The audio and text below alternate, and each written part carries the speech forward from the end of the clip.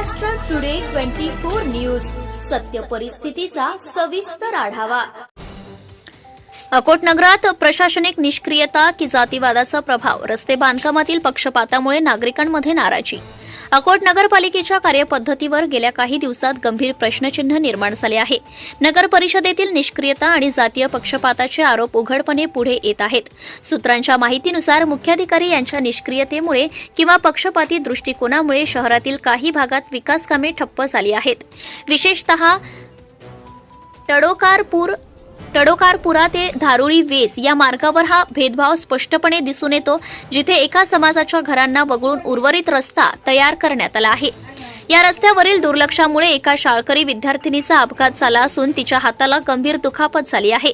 पीडित मुलगी मुस्लिम समाजातील असल्याने नगर परिषदेकडून कोणतीही कारवाई करण्यात आलेली नाही, अशी स्थानिकांची तक्रार आहे।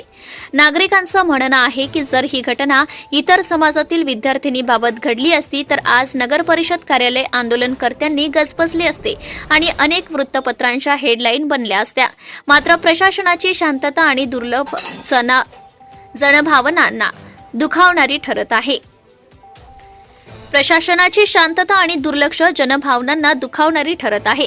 पत्रकार संरक्षण समितीचे अध्यक्ष यांनी या प्रकरणी लवकरच जिल्हाधिकारी यांची भेट घेऊन योग्य ती कारवाई करण्याची मागणी करण्याचं ठरवलंय।